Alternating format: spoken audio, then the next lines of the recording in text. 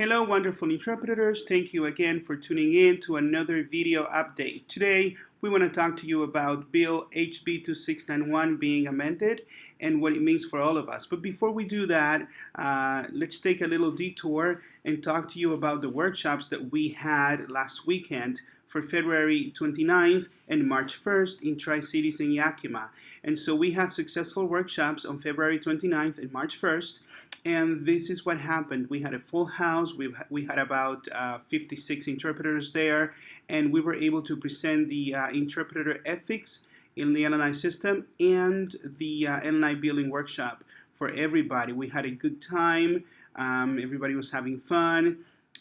We really had a lot of participation, so we're really happy about it. And during the break and at the end of the workshop, lunchtime, we were able to present the amendments that we were proposing and the activities that we have been conducting while going to Olympia, meeting with senators, talking about this bill. You see right there all of us up front explaining these things, and we had a lot of good turnout and participation from interpreters. This is from Yakima, and these are pictures that we took of the workshop. And you see again where they are explaining to interpreters of the upcoming changes for the LNI system coming September, and the activities that we have been conducting, showing people who we are, directing them to our website, and so on. In the end, people support us. People are there having a good time with us. We interact with people, and by that interaction, we gain new friendships. We get feedback from interpreters alike, and we know what we need to do next. And so this is a prime example of what happens at our workshops, and those are the certificates that we create for them. And we're just happy that people come to our workshops to get free credits, to interact with us, to get to know a little bit more about who we are, what we do, the advocating that we have been conducting, on behalf of interpreters, and on behalf of ourselves, to be honest with you, we're all interpreters. And so people know who we are, and we're living the CART life. But before we say that, I want to say this, I do hear chatter and people telling me that there are those, maybe from other union, maybe from another interest or other interests, telling interpreters not to come to our workshops, because we are manipulating people into doing something that they don't want to do. But this is, very far from the truth. As you see from these pictures, people flock to our workshops. People get the free credits. People stay with us. They interact with us. They have a good time. They get their credits. They like what we're doing. And so, it's really sad that at this point, at this stage, this late in the game, instead of being united, people are just doing this. But don't worry, that's not going to work. We have the support of the workers, of the people, and we're going to be continuing doing what we do, which is reaching out to you instead of asking for money for workshops, instead of asking for money, to conduct some shady businesses or, supposedly hiring some lobbyists to fight for you. This is what we're doing. We're giving you, what you need. We're actually sharing, what we have, which is helping each other. With that said, we're living the CART life. We thank you for your support. This is our very own Elena, with cards that we got from the weekend and cards that we've gotten from before and the weekend. And this is the next set of workshops. If you see right here, you have 4 workshops. The first 2 we had them last weekend, February 29th, March 1st, and we're gonna have this coming Saturday, 2 days from today, March 7th at Lourdes Hospital, 8:30 to 2 p.m. Lunch will be provided, by the way. And March 8th at the Yakima Fire Station, again, 8:30 a.m. to 2 p.m. And lunch will be provided. So come, have a good time, get your free credits, approved DSHS, continuing education credits. Talk to us and let us share with you what we've been doing and what we will continue, be doing for you guys and for all of us. So with that said, this is the amendments. If you see right here, the bill was amended. Look at the arrow right there. And so, but you see, this is Senator King. If you see the amendment name, okay, the Labor and Commerce Committee, amended the bill and was adopted as of the 4th. that was yesterday. And so also, if you see the next two amendments that were proposed were not adopted by Senator King, but there was another one that was adopted and did make it into the bill. So with that said, let's continue with our presentation. You remember Senator Curtis King right here. We met with him last week when we went to Olympia. And so you remember this picture that we took at the end of the meeting. And then here you see that we proposed to him these amendments. He saw our flyer. He read the bill. He was very concerned. He's a senator from Yakima, has a personal connection to Anastasio. And so, he was not the only one that proposed amendments, but he was very, outspoken and on behalf of the interpreters. And so if you have a chance and you want to call his office, say thank you, Senator King, for, fighting for what's right for workers, for independent interpreters in the LNI system. Now, you do remember the amendments that we proposed. We had a lot of amendments, like Liana and I say, I had a Bible of amendments, and Anastasia also chimed in. You remember this amendment about the health benefits we wanted, and this was Anastasia's idea, by the way. We wanted interpreters to be required to work 60 billable hours during each of the 3 preceding months, and our intent was never to limit or to prohibit anybody from getting benefits, but we wanted these to be optional and people to actually work a certain amount of hours before getting, health benefits, because we didn't want to flood the market. As you know, as of right now, this amendment was not adopted, so it's very broad. So we're going to have to deal with the consequences of maybe, our market being flooded with new interpreters just to get the benefits. That's something that's going to have to be dealt with. Now, and the other amendment or set of amendments, had to do with what happened 2 years ago, which, deals with procurement. You remember that 2 years ago, SB 6245 passed. And so we wanted to do was to change, the beginning of this implementation from September this year to December 1st, 2020. And then we wanted the dual system, independent interpreters and the scheduling system, a true dual system. So providers would choose an interpreter or the scheduling system, and we would have, as independent interpreters, no restrictions. And then Anastasio added here, that we would have, that the state or the agencies or providers would have to arrange, to make a reasonable effort to find an in-person interpreter before contracting with, services such as telephonic and video technologies. So none of that did pass, but when it comes to the December 1st, pushing the date back, this is the interesting thing that passed. And so let's read the amendment that was adopted from the packet that we proposed. And I call this, not just a victory or a moral victory. If you see right here, this is the amendment, and you see that it was adopted right here on March 4th, and that was, yesterday, because today is the 5th. Now, Senator King, once again, proposed this, amended. Now, on page 7, after 929, insert the following.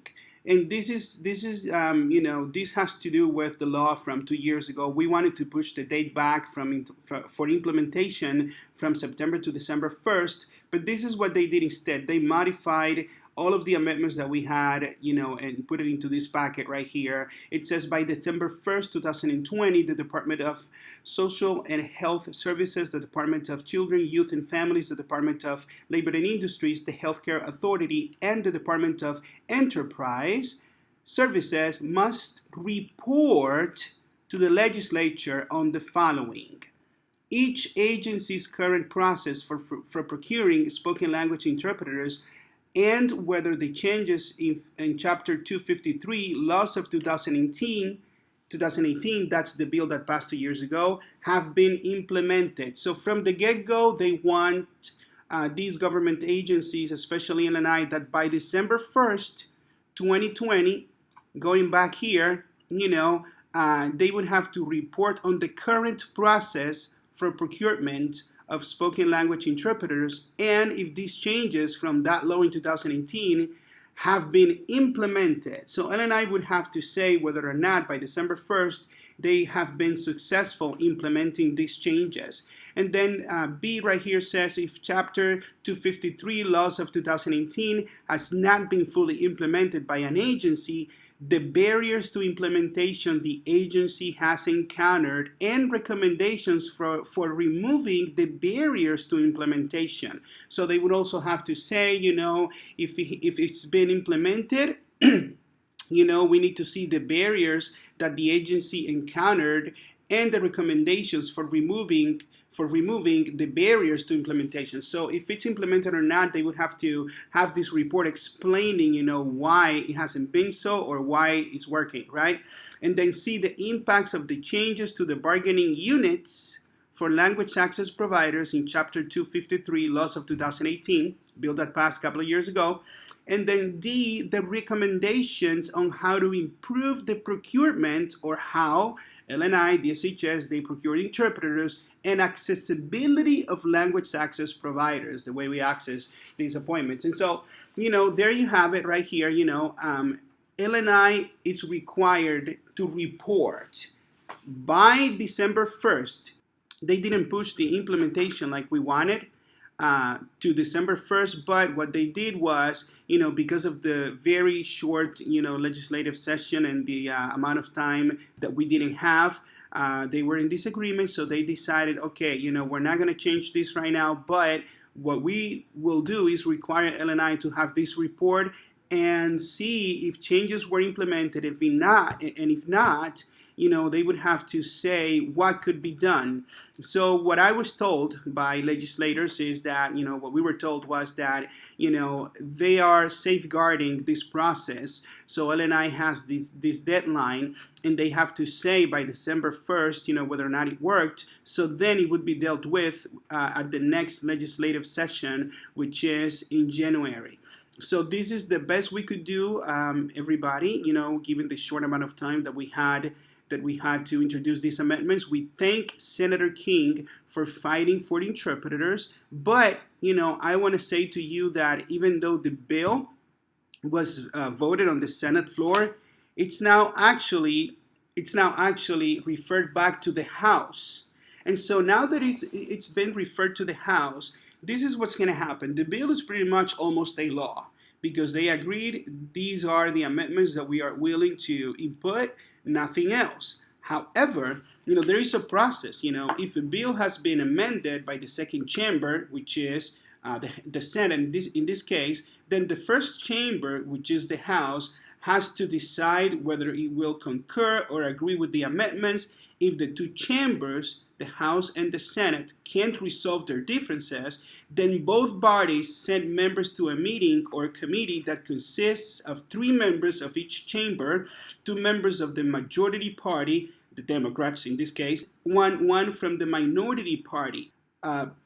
Both parties have to agree on amendments for the bill to pass. If they don't, the bill does not pass. However, we pretty much know this is going to be a done deal. But what I want to say is there is one last shot. And when people tell me this is impossible, we keep pushing because this is what we do. This is who we are, and we have to fight for what's right, right? So, I would say we have to call our legislators. And I'm going to show you a list of the people that you have to call by Tuesday, starting right now, and tell them, thank you for considering these amendments. Thank you for modifying them, but they're not enough. We need the dual system implemented. Let me show you who these legislators are. Once again, please contact these legislators again. I think we have until Tuesday before they make a decision. It could be any time before that when the House meets for this. But there's not going to be a public hearing about this. We're not going to have time to testify. But please call these legislators. Senator Steve Conway, Bob Hasegawa, Senator King. Thank him for his effort, for his commitment to help interpreters and injured workers.